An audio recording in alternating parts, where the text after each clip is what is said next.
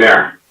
Yeah. Can you hear me? I'm just gonna go to the bathroom. Be right back. Okay. Good afternoon. I want to welcome everyone to our virtual town hall meeting on the ATP site. We're making tremendous progress in the area. There's a new fence that's been installed. But I want to elaborate on what happened today.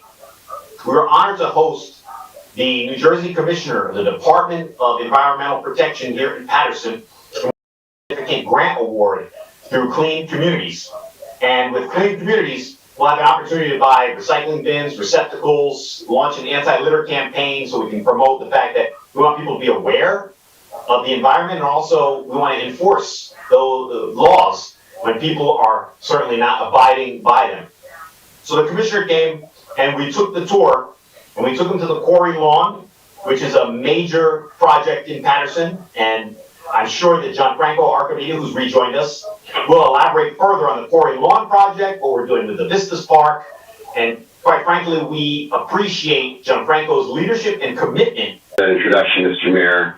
Much appreciated, and welcome to everyone who's joining this evening. I'm very pleased to have the opportunity to spend some time with you to go over this very complicated site that's only part of a much more complicated landscape surrounding the Great Falls area. I've had the privilege and the pleasure to work as a public servant here in Paterson for 15 years, and I came to Paterson at the time when a lot of this great energy around the falls began, so I feel very lucky to have been participating and thankful for the mayor's comments about my contributions here.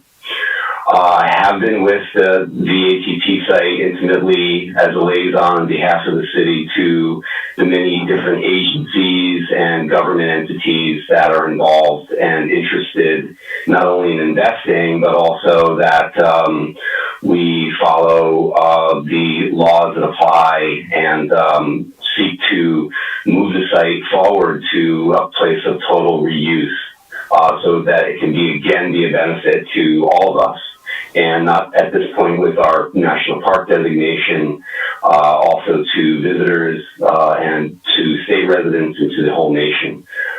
We are getting hundreds of thousands of visitors now, including local people, state and adjacent states, national as well as international visitors. And I know we all can be very proud of that and proud of sharing our heritage with the world. So what I would like to do this evening for the presentation, if you saw the flyer, there are bullet points about what I would like to cover. It is going to take a while. I think I want to take this opportunity to provide you with about 15 minutes of historic background to the site, and also the background that has to do with what the legal designations of the kind of path that the falls area has taken to become designated as a national park. It's really been a conversation of a generation, and there have been a lot of contributions by the various agencies and by the leadership in Paterson over the years, and also locally. So the first part will focus on that. I will take you through the ATP site's significance, the historic significance, some of the key reasons why it's important, how it developed. This is a site that has been with the city since the very beginning in 1792. And then from there, I think it will be a good logical step forward to see where the site is. And I'll talk about the environmental testing that has been done over the years and show you what we know about that, and talk about the different remedial action efforts that have been made to date. And then we'll look at the future and some of the exciting projects that the mayor mentioned. For example, toward the end, we'll look at the ATP site security fence installation, which is now complete, And I'll also show you the Quarry Lawn project, which is approximately a $5 to $6 million construction project that will get started very soon. We've been 2 years in the planning. We're getting very close to announcing for construction bidding. So that's how I will. And then at the end, of course, after I conclude the information I would like to share with you, I have already been receiving questions, and I'd be more than happy to read them and answer them.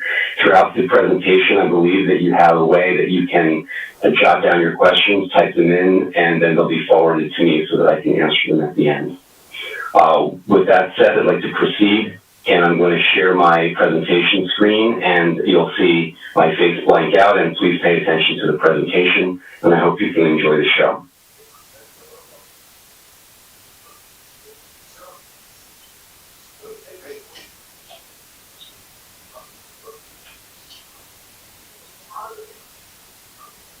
Okay, you should be sharing. Let me start the show.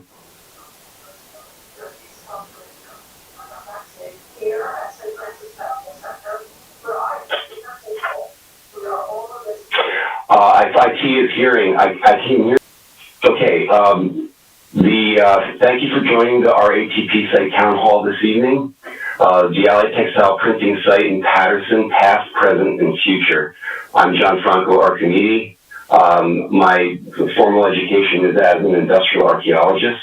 I've been working in the city of Paterson since 2005, helping to manage brownfield redevelopment and all historic preservation programs in the city. First, I'd like to share with you the location that we're going to be based in manufacturing. In 1791, he formed an investment group, the Society for Establishing Useful Manufactures. We call it the SUM for short. The power and grace of the Great Falls was irresistible. The power and grace of the Great Falls was irresistible. And this lovely natural wonder was harnessed for human use that continues today with small-scale hydroelectric generation that began in 1915. Industries were powered by channeling water from the Passaic River at a point above the falls into a system of water raceways, planned initially by Hamilton with the assistance of, and expanded to their final form in 1837. And these are extant today. Hamilton's experiment with water power in the SUM coupled these two features, one man-made industrial city by 1880, when the water turbine was on the scene, and maximized water output of water systems. Paterson gave rise to the Rogers steam locomotive. The Holland came out of Paterson. Silk production gave Paterson its most prosperous period in the late 19th century, earning it its nickname, Silk City. Labor strikes, floods, and fires did not halt growth, showing just how resilient Paterson was. Paterson is of great interest to people for diverse reasons: historical, scenic, natural, educational, inspirational, and recreational. Paterson's diverse characteristics are expressed in several significant overlapping cultural and environmental designations seen listed here. With so many designations conveyed over the years, there's no doubt that Paterson's Great Falls Historic District is unique among the many great cities of the Northeast. The designations are for natural and cultural significance, indicating specific features and events that made Paterson among the most significant places in our nation and its history.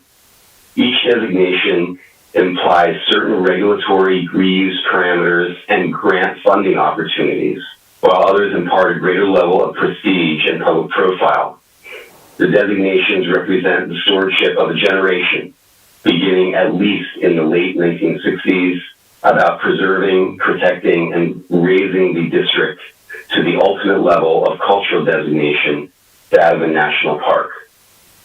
An important step toward this goal was realized during the Greedy administration when the Great Falls State Park was established in 2004. And this was one of two new urban parks added to New Jersey's state park system in over 80 years. In 2006 and 2007, The state funded and undertook a design competition for a master plan for the new park and awarded field operations. These are the designers of the now world-renowned High Line in New York City. The Paterson project was awarded to field operations. The master plan was completed in 2000.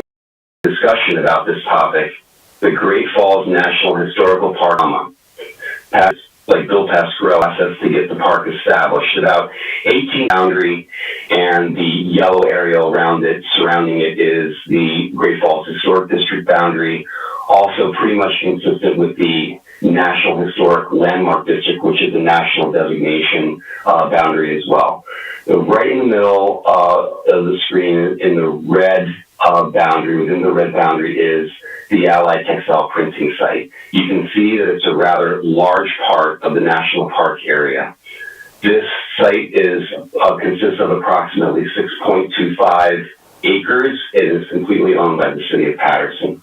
We'll get into that background shortly. So again, this is the same configuration taken in 1972 to again point out some of the same features. We have the falls to the left. We have Hinchliffe Stadium. In red, we have the ATP site. I'm sorry about the presentation. And we have the water raceway in blue shown on this photo. Turning to the ATP site, the map on this slide shows its very first initial development of the area. The red boundary on these maps will always represent the ATP site. You can see that there was a sawmill, a log house, and a cotton mill that was constructed by the SUM, the first mills in Paterson. And the early raceway started all the way to the left screen, taking water out from above the falls in a single ditch that brought it around Mount Morris and back down to the river through what we now are calling the ATP site. We see Alexander Hamilton and Pierre L'Enfant, two of the men who were responsible for the early siting of the raceway and the discussion of how the water power of the Great Falls would be harnessed for industrial use. Later, by 1820, you can see in this background map a tracing of an 1820 map. We have the Colt family now working for the SUM as the superintendents of the SUM that are further expanding the raceway system down along. You can see in the lower screen Boudinot Street and Mill Street. This is the same corner that we're familiar with today, known as Van Houten and Mill. So Boudinot has changed to Van Houten. It's the same 90-degree angle. You can see in the blue line is the raceway. The thick blue line is the first raceway. The thin blue line is another tier that the Colts put into this system. Roswell Colt and his son Peter can be given a lot of credit for getting the Paterson Raceway system really into operation, and the first mills that came to ATP, the first mills that came to Paterson along this raceway. So with the power harness, they were able to take advantage of the 77-foot drop from the top of the waterfall down to the bottom in order to power these water-powered sites that were very important at the time, because really water power and wind power were the two sources of energy before the 1840s and 50s, before the arrival of the steam engine, that were important to being able to cut wood or to create anything on a factory scale. In fact, we were starting to see very small manufacturers starting to develop around water power during the 18th century, and it's a very old technology, became further developed after the advent of the steam engine and the water turbine later on that perfected the efficiency of water power systems. So we have this one painting you see on screen, approximately 1835, the nail factory built by the Colt family. Records tell us that the nail factory was demolished in order to build the Colt gun mill, and the Colt gun mill is in this slide. You can see it's a very prominent and large building, a very expensive building, frankly. And we have only the ruins of this building today. It was a 4-story brownstone building. The brownstone was quarried right on site, right behind where this building was constructed. And Samuel Colt is seen on the lower left of the slide. Sam Colt was a cousin to the Colt family that was in Paterson, and he struck a deal with them to build the mill so he could, the gun mill, so he could experiment to manufacture and then sell these revolvers, which was a very new technology at the time. Unfortunately, Samuel was not successful in staying in business in Paterson because the weapons he was manufacturing were not successful, and they had a lot of technical issues that had to be worked out. And he didn't get the contracts he was hoping for in order to get the rest of his family was located. From there, of all the different conflicts that the U.S. was involved in. John Ryle is a very important character. He rented the Colt gun mill from the Colt family after Sam left, and he came to Paterson, had put some of this equipment in the 4th floor, but wasn't able to get it to work. John Ryle came from Macclesfield, England, with the knowledge of how to spin silk into thread, and he made that happen here at the Colt gun mill on the 4th floor.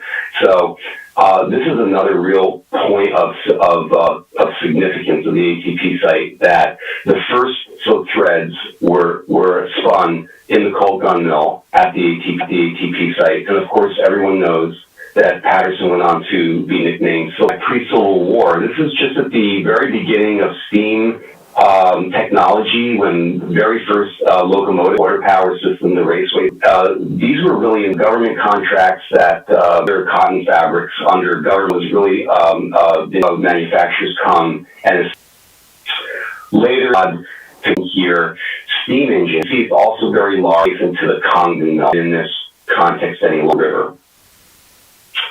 Later in 1900, we see a map that depicts a lot of site development on the ATP site. We're seeing mills like the Todd Mill, which is all the way to the right side, and we're seeing the Colt gun mill, which is about at center, and also the addition of the cotton mills, the Waverly and the Mallory mills in the center of the screen. The Passaic Mill #1 is also seen. And there's a variety of smaller buildings that are all numbered on the left-hand side, representing all the ancillary buildings and machine shops that go along with this development. An important to note here is William Nipsher and Frank Moss come and build these 2 prominent silk dyeing houses all the way to the left side of this map, at the bottom of Mount Morris. And Mount Morris has been quarried for quite a while now to allow this space to be opened up on ATP for these new dye houses to be established. So we have the first dye houses put behind the Colt gun mill by John Ryle, and then we have Nipsher and Moss coming quite some time later to establish these larger dye houses. This is important because ultimately ATP, Allied Textile Printing, will become a conglomerate industrial products that I dye, but in the 1970s, Paterson. In fact, this is a mission going. By 1982, textile operations shut down at ATP, and in 1983, a devastating 10-alarm fire reduces most of the ATP site to ruins. Smaller fires continue to enter, and over the 10-year period of all this chaos and fires that continue to decimate the site, by 1992, the city of Paterson acquires this property after tax defaults. So at that time, there was already interest in the historic significance of the site that I just recounted to you.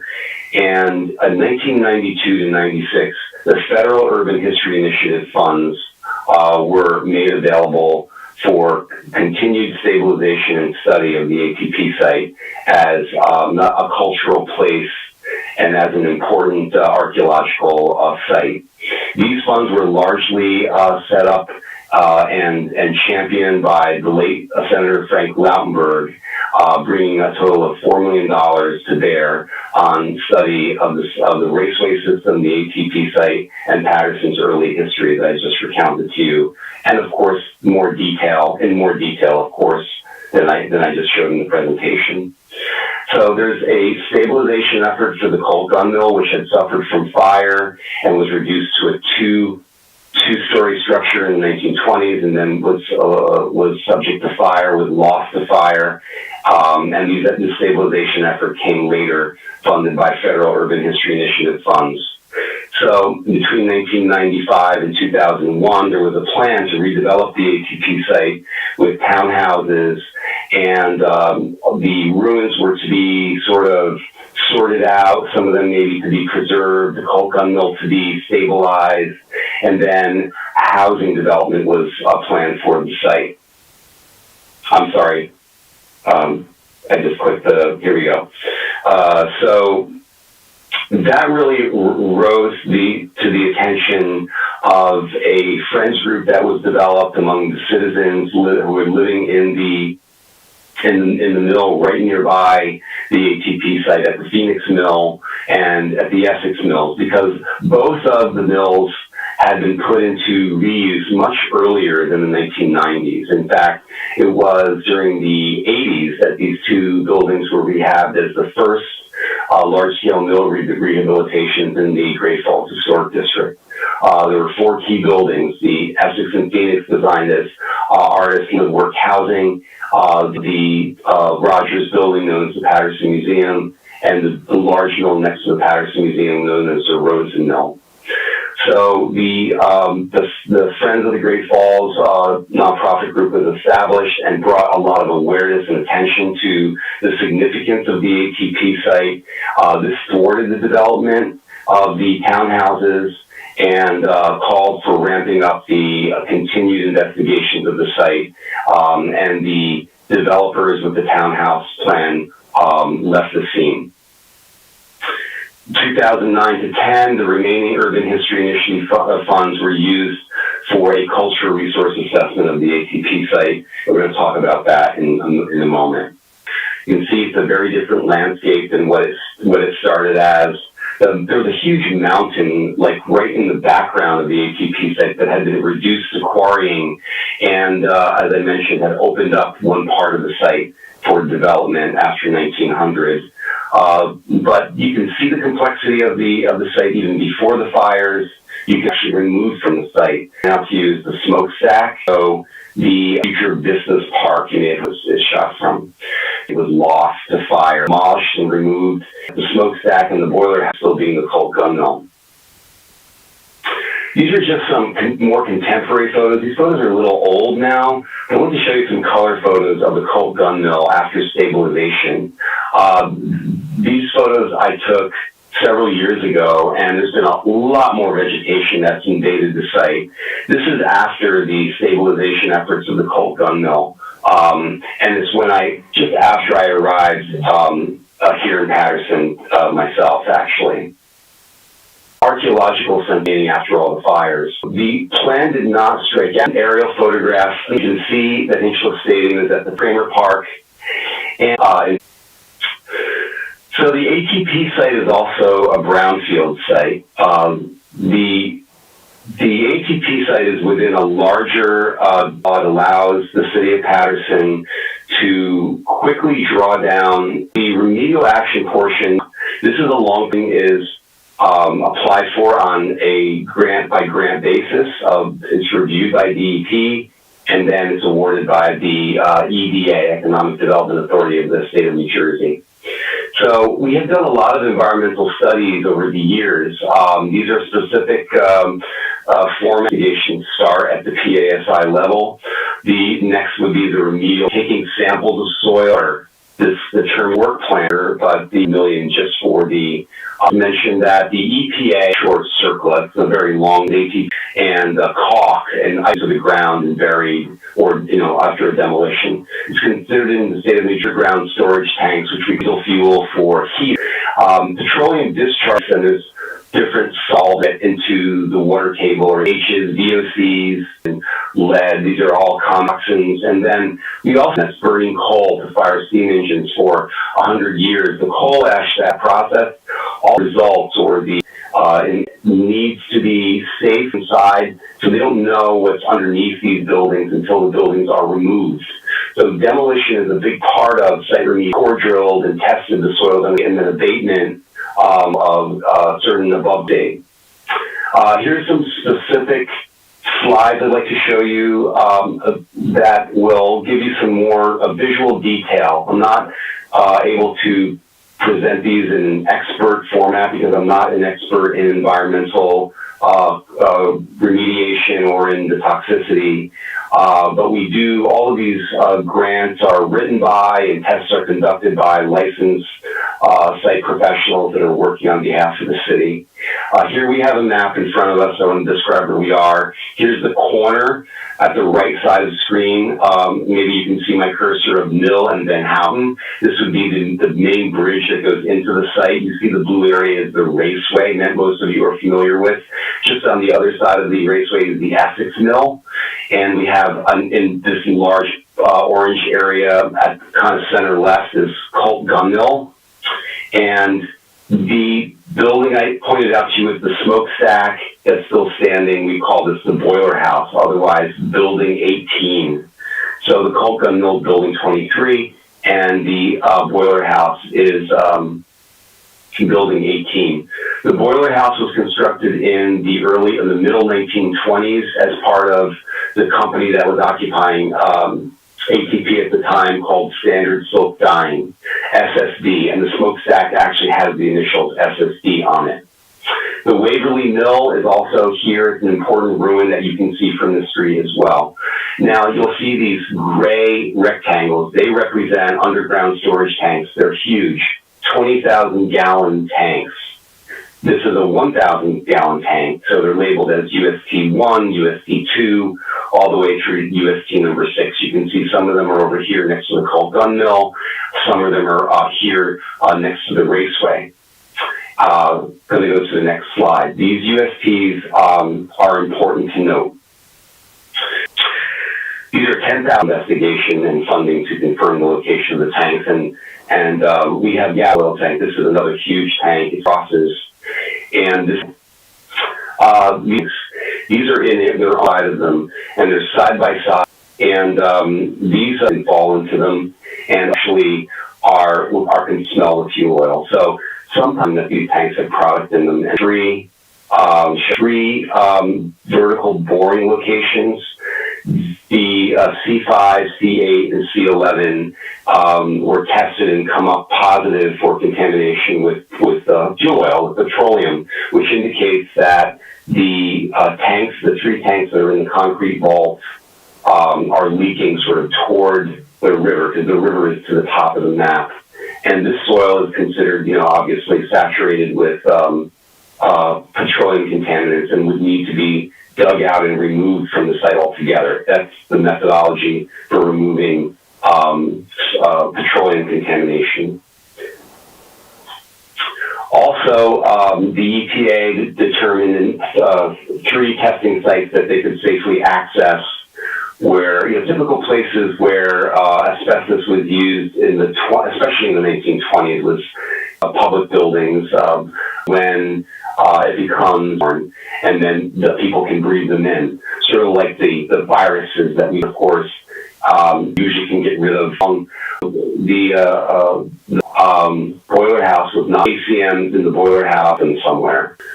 So here's a couple of other pictures of the boiler house. It's in very poor condition. This building becomes friable and kind of go into the air. And this is here. And they want also the waste. There were a lot of drums that were discovered during the environmental waste or not. They all material sent that it's known, and then get rid of the petroleum remediation. So this bridge, a lot of you are familiar with this bridge. This is all of these are imagine if we're digging out soil. This bridge needs to be at least 40 tons. An engineering assessment, very long project area where a lot of site investigations were done, and where we're about to do remediation as part of the park project. It's showing some of the Nipster Moss buildings, 22, and I think this is wrong. This is building 18. This should be building 19 and building 21. Building 18 is on the other side of the project area. So the asbestos-containing building is not in the project area. And there's the river in blue. And this is showing some of the areas of concern that testing found on this portion of the site. You can see them listed on the side.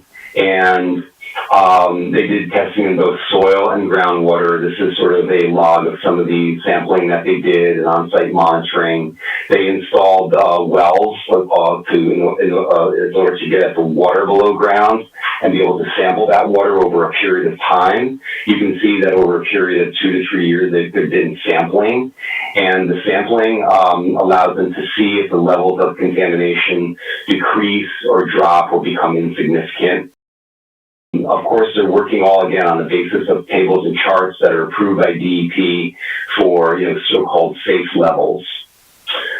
So they delineated and they characterized the different contaminants in the AOCs in soil and groundwater through the HDSRF grants that we've received, and they come up with a remedial strategy.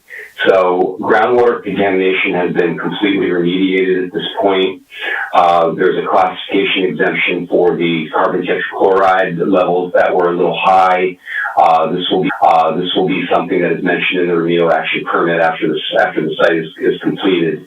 On the soil side, they've found some VOC from the site to a point where there's no more of that on site. It gets taken off to a special incinerator and disposed of in a very controlled way. There'll be a deed notice on the property and an annual permit on any disturbance of the soils that are contaminated soils that are going to be left on site. So this is what you all may have heard of as a soil cap. So there's a methodology that's called an engineering control, where you put 2 feet of clean soil on top of contaminated soil to separate it from the people walking on top and the contamination below. There's a fabric layer that goes in between the clean fill and the contaminated soil. These contaminants are considered safe to be left on site because they do not migrate up or down or into water, and they don't contaminate the water table. Strategy reuse plan in place right now, specifically for ATP. The factories below the falls, the cultural resource survey determining the exact reuse was done. A lot of the issuance of a new master plan for the city of Paterson in national parks of how they would build that site, and contract signed with an interpretive mediated and ruins, sort of written down in many of these plans that's been discussed a lot. Walk is something you may have also heard to be able to get people back to enjoying the elevation flood in 1902 again. And sure enough, reached the ATP site, although at Van Houten and Mill. And some of this river water went into the Essex Mill. The floor had to be renovated, and people overflowing in the district, which include where these housing runs along the river, remaining structures for interpretive uses until the site happens all at the same time, and improvements while we're also cleaning up the soils. Do some of the more, as I say, through their interventions for, and that's where the cultural resource CPs are a significant, really good one. Get at the list goes back to the mid-70s, district from demolition resources and kind of historic preservation all came into being planning for this for quite some time. The city council install this fence that they would pay for, and this fence.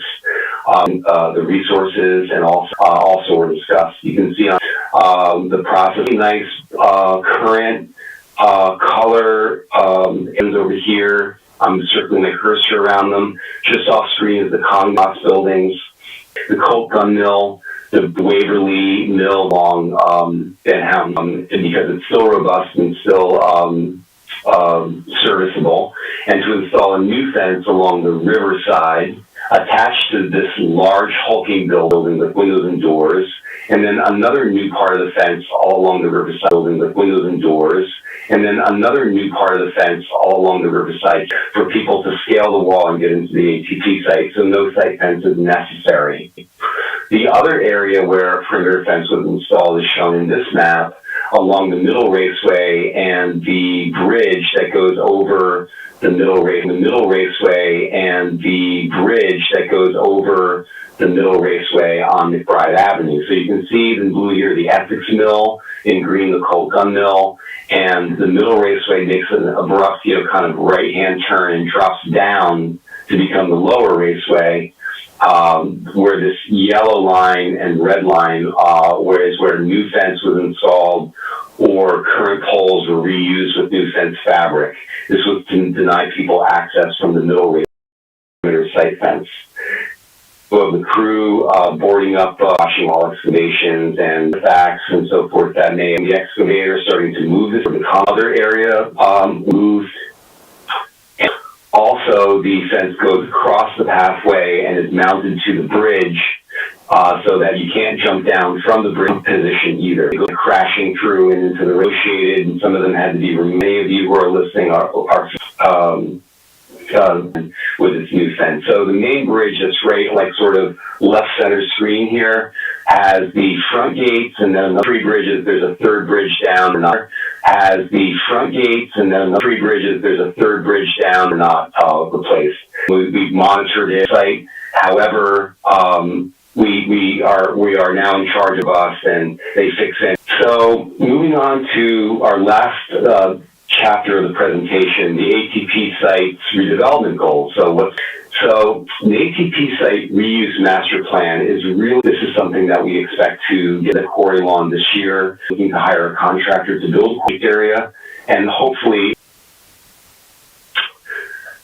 So finally, the other square is called you can see that it's adjacent. In fact, this is a historic photo that helps you imagine the amount of material that was blasted and removed from this quarry. There was an entire mountain actually initially constructed road at Paterson, including the point of view of the Great Falls. Paterson, including the point of view of the Great Falls. This is what the quarry central passageway is to be defined as the river walk. And cultural point of view gets underway, and the understanding of the site culturally is very clear to us. This is what the quarry lawn looks like from the pedestrian bridge, basically. So you can imagine that this will be a very visible park from when you're visiting the waterfall as well. And this next slide is the overview plan for the redevelopment of the park. We have on the left side Overlook Park and the access road. This sort of horseshoe road already exists. You might be familiar with it. It comes off of McBride Avenue, which is here in gray, and it heads down to the bottom plaza and the hydroelectric plant, which is at the very bottom of the screen here. The quarry lawn project will install the river walk, which you see here along the fence line right now at the waterfall. And it's a low spot where water accumulates. It's been very difficult to keep this area vegetated. So the new amphitheater is here, and there'll be some paved areas to be able to take like an entertainment or staging, for example, and prevent puddling and soft soil that then becomes damaged by equipment and trucks and so forth. So the river walk and two handicap parking spaces here, which are essential for handicap access to the new quarry lawn park. This will be included in the quarry lawn construction project. The river walk will shoot you quarry lawn. You'll then take up this central passageway, which is the same historic passageway that you saw in the photograph. On the right side will be this great lawn, and all this vegetation will be replanted. A soil cap, new sod are the engineering controls here, and you'll be able to meander along this beautiful quarry wall, rock wall that will be exposed in this part of the park. On the left side will be hardscape, preserved ruins of Mixture Moss. That shows what the park would look like when you enter from the Overlook Park area. You can see the quarry kind of rock face on the right side of the screen, the central passageway, the seating and shade trees, and right behind this long central seating wall are 4 rain gardens. These are vegetation and reclaimed brownstone that we find in the ruin piles on site, along with low canopy flowering trees in this area. It should, as you're walking through this park. This is the point of view or rendering looking from the opposite edge. In other words, at the end of the passageway, looking back toward Overlook Park. And you'll see the Mixture Moss ruin walls stabilized here in the foreground, some seating areas, more rain gardens, and the opportunity to go right up to the river wall. There'll be, of course, a safety railing, and you'll be able to stand and being right on it for the entire length of the wall and observe the river and enjoy the natural setting. There'll be benches and seating opportunities. An area of seating also provided there. These are just a couple of other renderings. They're not the greatest renderings, but they give you an idea of how some of the reuse plan for the rest of the ATP site. And here's what we call water demonstration project of the original water wheel. The slide is a little old, but if you just run by it, you'll see that we have about a $6 million project for quarry lawn. This includes almost $2 million from the EP and $30,000 and NPS Land and Water Conservation. This came from the 2016 Centennial Challenge grant made for matching our DEP funds. And of course, additional funding that's needed for continued historic preservation and resources stabilization and remediation cleanup funding that comes from DEP as well, but from a different part of DEP and the EPA as well, whatever they may have available through brownfields funding for patients with this long presentation. And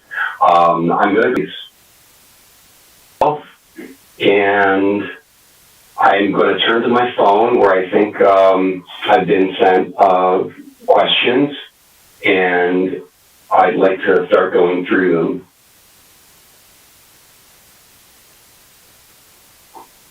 So I do have text messages with questions, and I should just run through them, and I'll read them, and I'll do my best to answer them.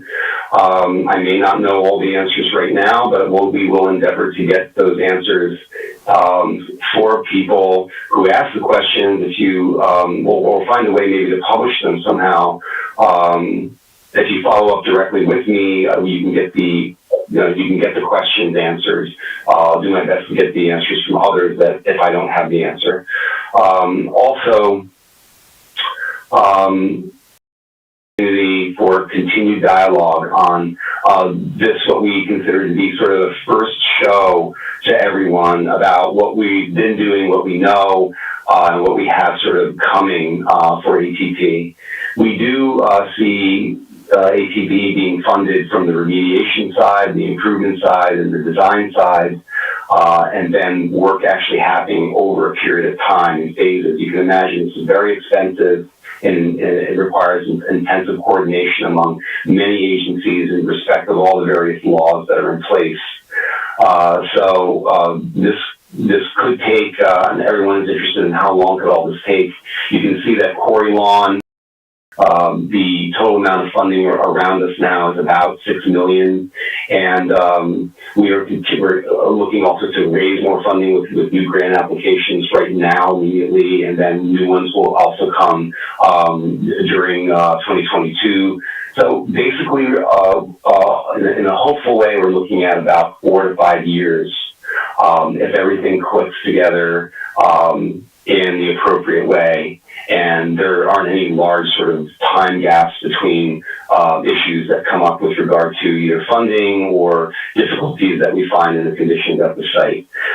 We're still not completely aware. I think as you saw from the presentation of characterizing all the contaminants on the site in the soil, what stays, what goes, how much funding would be needed for those activities. Budgeting is very important, and we have to be very specific. And that comes out of the reuse plan. So the reuse plan is a very important topic to cover right now. So the first question I have is any portion of the site plan for taxable or revenue-producing use? Will the city be responsible for maintenance? So as I mentioned earlier in the presentation, a lot of documents have been circulated, passed by our governing body, by the National Park Service, that have stated that the reuse of the site will be compatible with the national park and create a very important interpretive visitor's experience, and be able to really tell so it is more than likely that the reuse will not be revenue producing or taxable if it's in perpetual open space. It will be added to the city's open space inventory, and is within already the footprint of the national park. The city will remain in ownership of the ATP site for the foreseeable future. Although the 2011 agreement did promise to donate lands to the National Park Service, the lands that are focused for donation are the Overlook Park, the Mary Ellen Kramer Park, and then the Visitors Center. Those are three kind of tracts of land which we are actively now looking to transfer and follow up to the 20 ownership. And the vision truly is a cooperative management of all of these parklands together. So the National Park Service should receive funding to help the city, to help maintain the parks. So it'll be a joint effort in maintaining the city-owned lands with the National Park Service. That's fully expected. However, the city would continue as owners of the park to remain responsible for park maintenance and cleanup, sort of regardless. So that's important to note. Next question I have, well, the modifications on ATP consist of tearing down the Phoenix Mill at 34 Van Houten Street, a historic site which was modified decades ago primarily to house artists. The answer is absolutely not. The mills that are in use for residential use along the Lower Raceway and that are kind of define the two ends of the ATP site will never be in threat of demolition from any public improvement project. They are protected sites in all by the same set of laws and standards that the ATP site is, and all other places in the Great Falls Historic District. So next question, how do we simultaneously address remediation and cleanup of the raceways? Area and raceways. How do we create a coalition of community members to work closely with DPW to clean this area regularly and consistently? How can the residents help? This is an excellent question. Very much appreciate this question. And this is definitely something that we are very interested in exploring. The reclamation of the site and of the raceways is a very important part to making a radical difference in the quality of life for residents who live immediately close to the site, and have been dealing with a lot of the environmental justice issues that have come up because of the site's condition over a long period of time. So we would like to continue this dialogue with the community. I envision and people who are really interested in not only participating, but some people who really want to do something and get out and do cleanup days and organize joint cleanup days of the specific area in front of where you live, for example, with the DPW crews. So this is some of the ideas that would be possible for people to get involved in making a difference it's right in front of where you live. This is not something, as everyone knows, that's going on now. And we definitely hope that there are other ideas about engaging city resources and community resources that will help really boost the quality of life in the neighborhood. As much as all of these public health, additional millions of dollars of investment for public open space improvement, recreational opportunities for Patersonians and others in perpetuity will also be made. We definitely want to plan for maintenance and picking up of trash and getting ready to run the raceways again. That is another main topic that we will be addressing probably at the same time as we're doing ATP, actually, because we are doing some of the same efforts you've seen here in this presentation have been happening with the raceway system as well. Maybe that will be a good future town hall meeting where we can disclose a lot of this, for example. And these pages can be created so that we can give some general project information and put up events where people can check in with us.